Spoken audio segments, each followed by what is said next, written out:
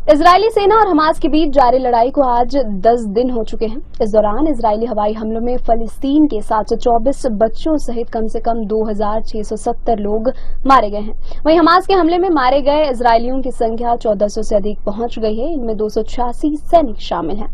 इसी बीच अमेरिका के president Joe Biden का बयान आया है। उन्होंने इजरायल को हिदायत देते हुए कहा है कि गाजा पर कब्जा करना इजरायल की गलती होगी। अमेरिका की तरफ से आया ये बयान इजरायल के लिए बड़ा झटका हो सकता है। इसी बीच इजरायली प्रधानमंत्री बेंजामिन नेतन्याहू ने रविवार को एक विस्तारित आपातकालीन कैबिनेट की बैठक की और कहा कि इजरायल हमास को खत्म कर देगा। इसी बीच इजरायली सेना के सैकड़ों टैंक गाजा से लगी सीमा पर तैनात हैं और वह गाजा पर धरती, जल और आकाश से 3 तरफा हमला करने की तैयारी में है।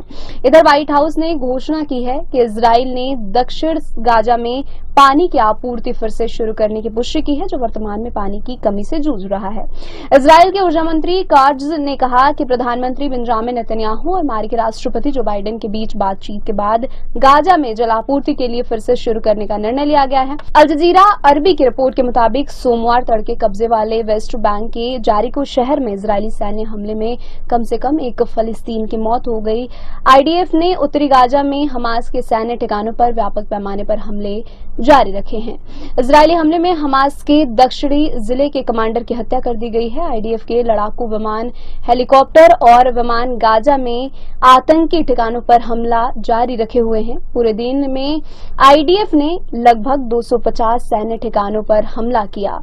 इजरायली सेना ने ज्यादातर हमला उत्तरी गाजा में किया है। आईएसए और आईडीएफ खुफिया जानकारी के आधार पर यह जानकारी दी गई है कि दक्षिणी जिले के हमास कमांडर मुएताज ईद को मार दिया गया है।